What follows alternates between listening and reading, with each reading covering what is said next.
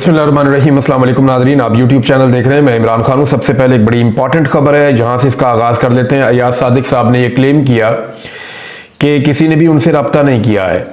यानी अब ऐसा लगता है कि हुकूमत भी मुज़ाकरात से भाग रही है और वो मुज़ाकरात की जो अगली मीटिंग होनी है उससे वो लोग डर रहे हैं। वजह यह है कि हुकूमत अपना वादा पूरा नहीं कर पाई।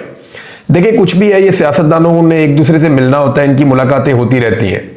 जो बेचारे सरकारी ऑफिसर हैं या जो एस्टेब्लिशमेंट में बैठे हुए लोग हैं, उनकी नौकरी की एक मुद्दत होती है, वो चले जाते हैं। लेकिन ये सियासतदान एक दूसरे से हमेशा असेंबली में भी मिलते रहते हैं, सियासत के मैदानों में भी मिलते रहते हैं।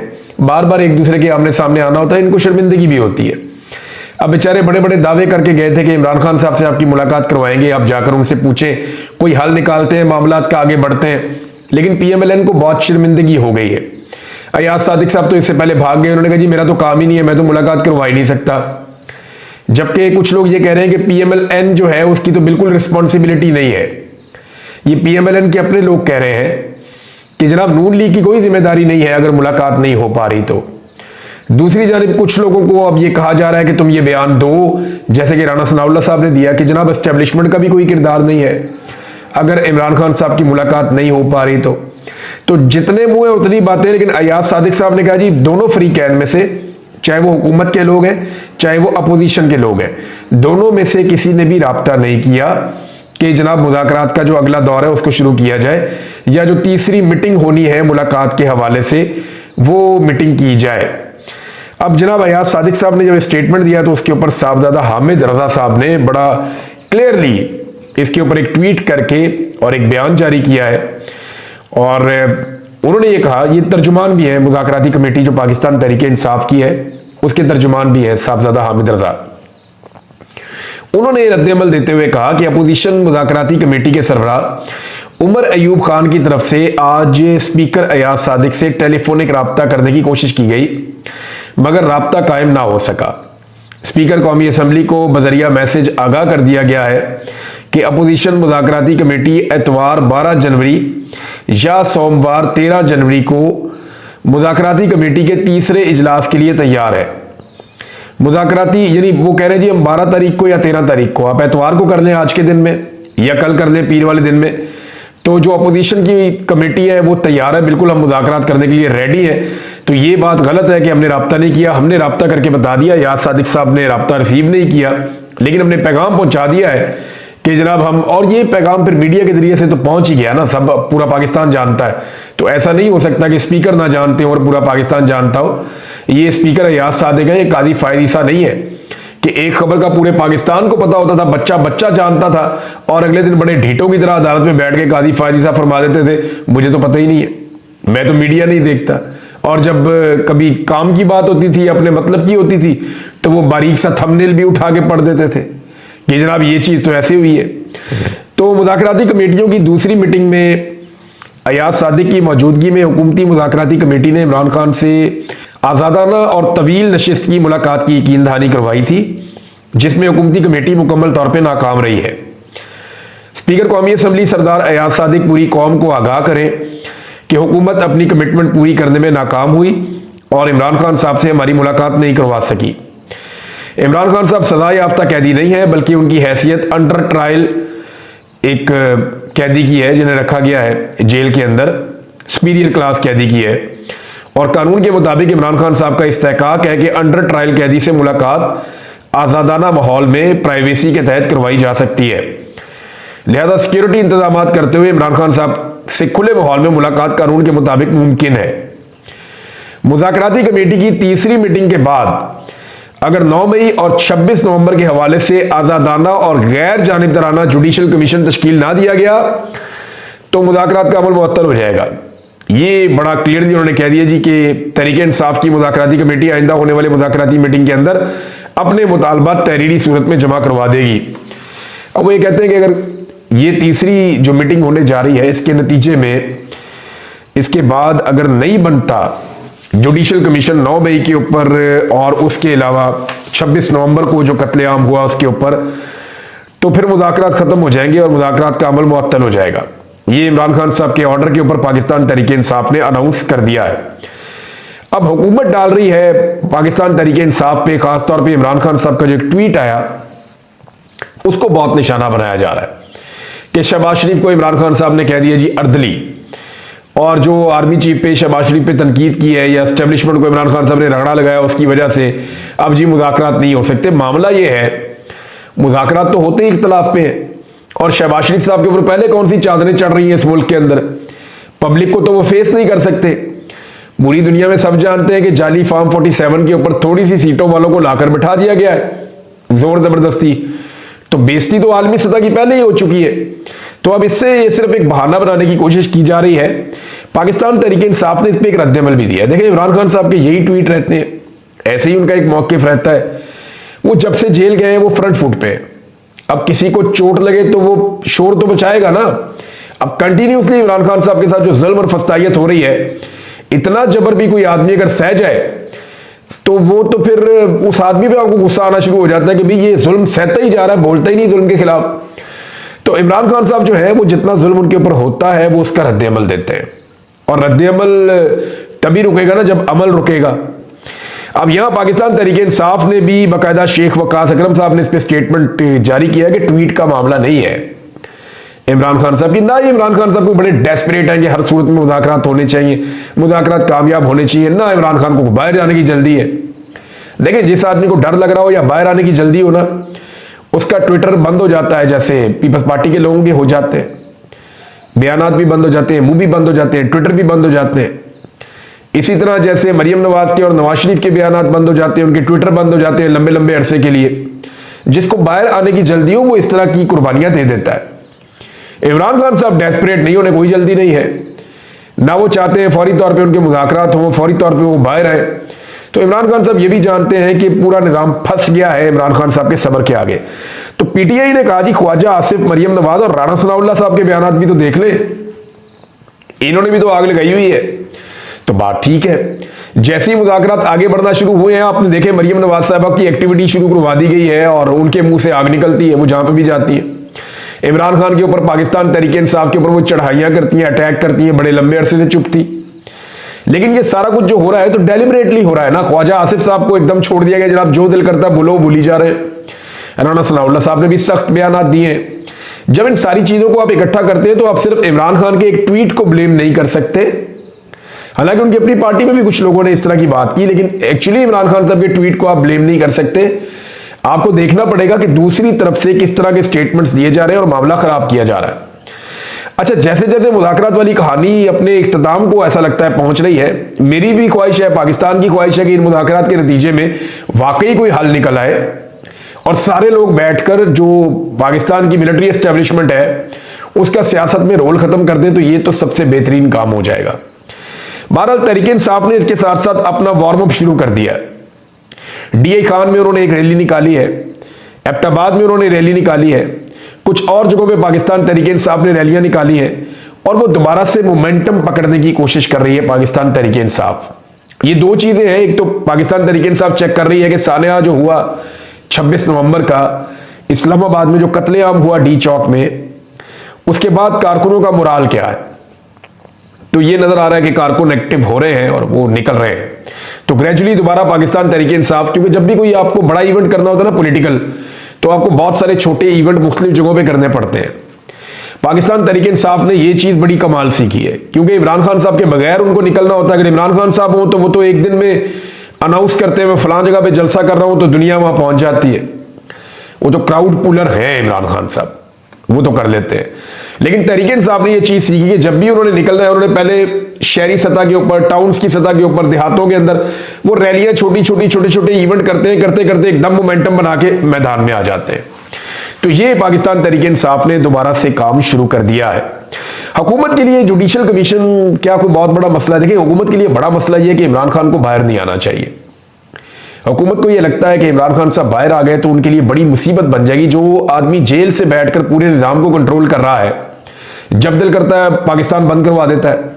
यानी इमरान खान ने सिर्फ इतना कहना है कि मैं फलां शहर में एक एहतजाज की कॉल दे रहा हूं, तो वो शहर और उसके आसपास के सारे डिवीजन खुद ही बंद हो जाएंगे।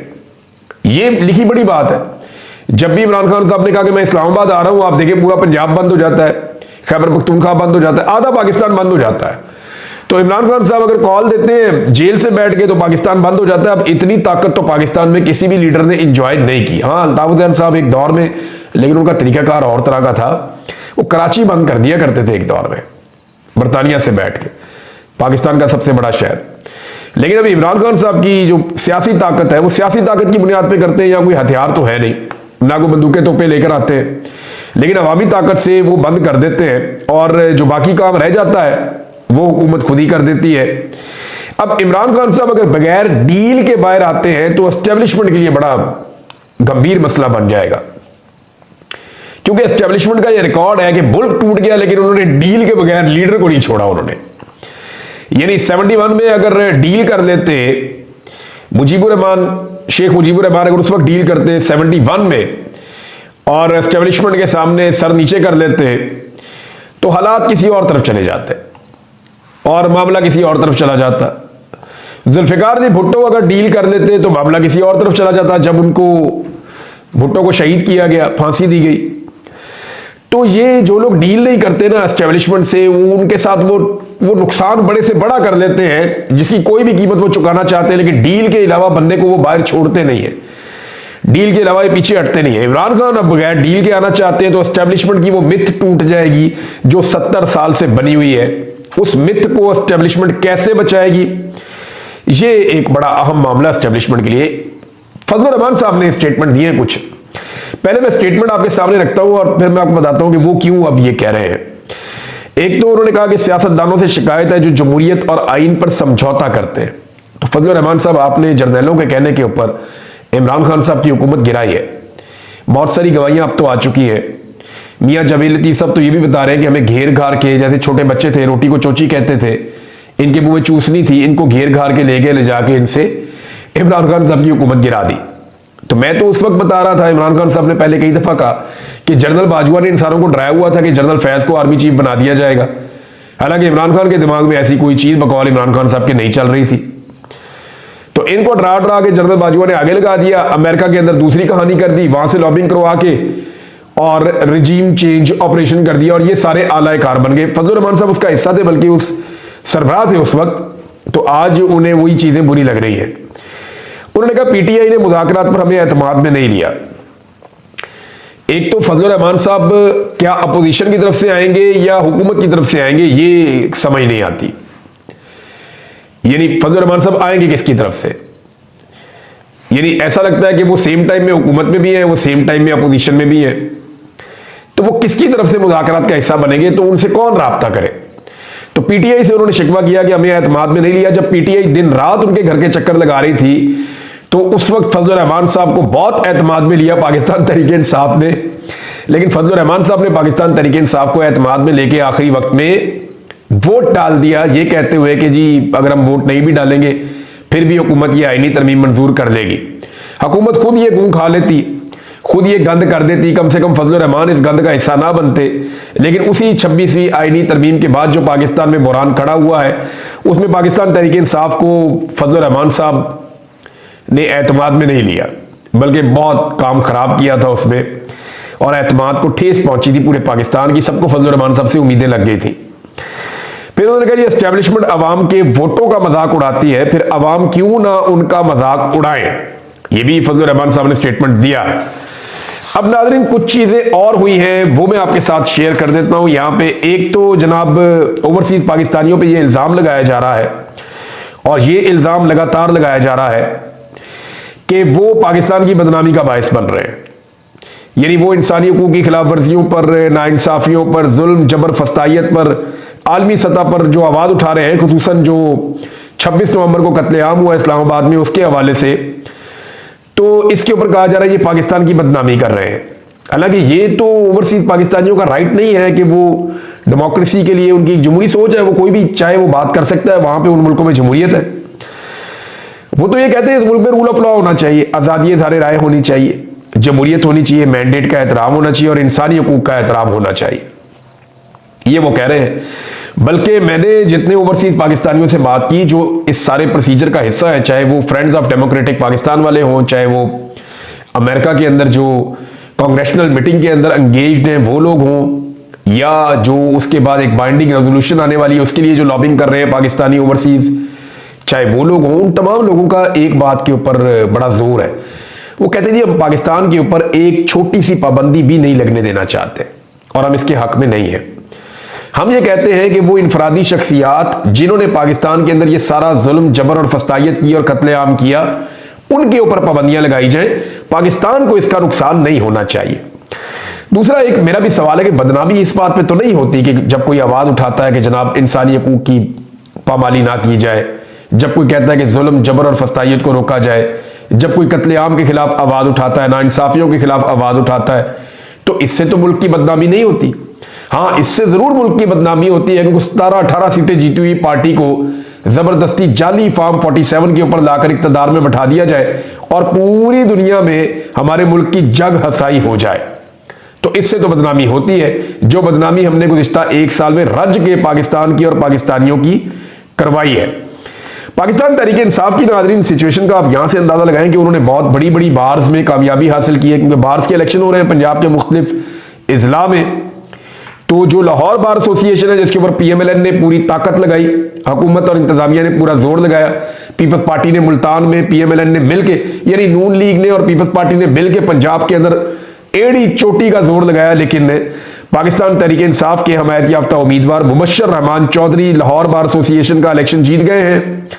और फिर बाहर में हर जगह पे इमरान खान के नारे लगे, कैदी नंबर 804 के नारे लगाए, यानी जहां पे भी वकला इलेक्शन जीते वो पाकिस्तान तहरीक इंसाफ के, इमरान खान साहब के और कैदी नंबर 804 के नारे लगा रहे थे। गुजरांवाला बार से भी तहरीक इंसाफ के हमायत याफ्ता उम्मीदवार कामयाब हुए हैं, शराफत अली नारा साहब। फिर इसी तरह शेखुपुरा डिस्ट्रिक्ट बार एसोसिएशन में अमजद अली साहब सदर मुंतखब हुए हैं। जफरबाल में भी सैयद मसरूर काजमी सदर मुंतखब हुए हैं, तहरीक इंसाफ के हमायत याफ्ता उम्मीदवार हैं सारे। गुजरात बार में मुनीर गोंदल पाकिस्तान तहरीक इंसाफ से हमायत याफ्ता। मुल्तान डिस्ट्रिक्ट बार से मलिक जावेद डोगर, ये भी जनाब पाकिस्तान तहरीक इंसाफ के हैं और ये भी जीत गए हैं, वहां से हमायत इनको पाकिस्तान तहरीक इंसाफ की थी। तो ये सूरत हाल है जी कि बार एसोसिएशन में या वकला में, और नौजवान वकला हैं जो ज़िले बार्स के अंदर होते हैं, उन्होंने इमरान खान साहब के मौक़िफ़ की हमायत की है। तो इससे ये पता चलता है कि बहुत बड़ी तादाद में जो बड़े शहर हैं पाकिस्तान के, वहाँ पे जो वकला है, ख़ासतौर पे नौजवान वकला, वो इमरान खान साहब के मौक़िफ़ के साथ खड़े हैं। वसीम मलिक साहब ने एक दावा किया एक प्रोग्राम में, बड़े अच्छे रिपोर्टर हैं, कोर्ट रिपोर्टर हैं, मैं पहले भी इनको कोट करता रहता हूँ। तो इन्होंने कहा कि पाकिस्तान का जो चोटी का वकील है ख्वाजा हारिस साहब, वो फौजी अदालतों का दिफा नहीं कर पा रहे सुप्रीम कोर्ट ऑफ पाकिस्तान में जो केस चल रहा है, बल्कि उन्होंने कहा कि 6 समातों में वो किसी एक सवाल का भी सही जवाब देने से कासिर रहे। बल्कि हमारी रिपोर्ट ये हो रहा है कि जस्टिस अमीनुद्दीन खान साहब जो हैं वो जवाब दे रहे हैं वकील साहब के बिहाफ के ऊपर, यानी उनके बिहाफ पे तो नहीं, लेकिन वो जवाब दे देते हैं अक्सर सवालात के। तो नाज़रीन ये सूरत हाल है कि फौजी अदालतों वाला मामला तकरीबन नॉकआउट हो गया है। अब देखना यह है कि बेंच फैसला क्या देता है। आलमी दबाव की वजह से यह फैसला आना है और फैसला ये पहले से हो चुका होगा, क्योंकि ये जो बेंच बना हुआ है आईनी बेंच, ये हुकूमत ने अपनी मर्जी के जज लगा के ये बेंच बनाया हुआ है। जो लोग नाज़रीन दिन रात ये खबरें दे रहे थे कि इमरान खान साहब को मिलिट्री कोर्ट में जरूर ले जाया जाएगा और फैज हमीद जो है वो गवाह बन गया है और इमरान खान साहब हर हाल में जाएंगे मिलिट्री कोर्ट में, अब वो लोग भी अपनी खबरों से और बयानात से पीछे हट रहे हैं। लेकिन मैं आपको ये कहता था कि आलमी सतह पे बहुत बड़ा मसला बन जाएगा अगर इमरान खान साहब को मिलिट्री कोर्ट में ले जाया गया। अभी तो सिर्फ आम वर्कर्स को या कुछ इमरान खान साहब के साथियों को सजा दी गई है, मिलिट्री कोर्ट्स में तो इतना रोला पड़ गया पूरी दुनिया में, आपका GSP प्लस स्टेटस जो है वो खतरे में पड़ गया है। तो ये कैसे हो सकता है कि इमरान खान साहब को ले जाए? अब अगर इमरान खान साहब का मिलिट्री ट्रायल करना किसी को मकसूद है तो वो एक तरह की खुदकुशी है। अब अगर किसी को शौक है खुदकुशी करने का तो फिर वो शौक पूरा कर ले और इमरान खान साहब का मिलिट्री ट्रायल करके देख ले। नाज़रीन कोर्ट्स की बात हो रही है तो एक आपको अजीबोगरीब चीज बता दो, पाकिस्तान की तारीख में ये चीजें हम पहली दफा देख रहे हैं कि अटॉर्नी जनरल मंसूर अवान साहब सड़कों का इफ्तिताह कर रहे हैं। वहां खुशाब का जो MNA मौजूद था फॉर्म 47 वाला, उसको इंतजामिया ने घास ही नहीं डाली और VIP बन के वहां पे अटॉर्नी जनरल ने जो है वो सड़कों का इफ्तिताह किया। अहमद बड़ाई साहब ने ट्वीट किया, मैंने वहां से आपको ये खबर पढ़ के सुनाई है। तो अब आप अंदाजा कर लें कि पाकिस्तान में अदलिया के मामला कितने लो लेवल पे चले गए हैं। इसके ऊपर बहुत सारे सहाफ़ी और भी तनकीद कर रहे हैं। मुतीउल्लाह जान साहब ने कहा, बहुत सारे और जो कोर्ट रिपोर्टर थे वो हैरान हो रहे हैं कि अटॉर्नी जनरल का की कम है। और अभी ये वसीम मलिक साहब ने खबर दी थी कि यहां पे कहीं दावे करते फिर रहे हैं निजी महफिलों में कि इनको या तो आइंदा निगरान वजीर आजम बना दिया जाएगा, एस्टेब्लिशमेंट बहुत खुश है इनसे, या इन्हें सेनेटर बना दिया जाएगा, या इन्हें सुप्रीम कोर्ट ऑफ पाकिस्तान का जज बना दिया जाएगा। तो एस्टेब्लिशमेंट क्योंकि इनसे खुश है तो इनको कहीं ना कहीं सेटल कर दिया जाएगा। एक चीज और नाजरीन सामने आई है और वो ये है कि मरियम नवाज के लिए जिन बच्चों को चुन चुन कर बिठाया गया, यानी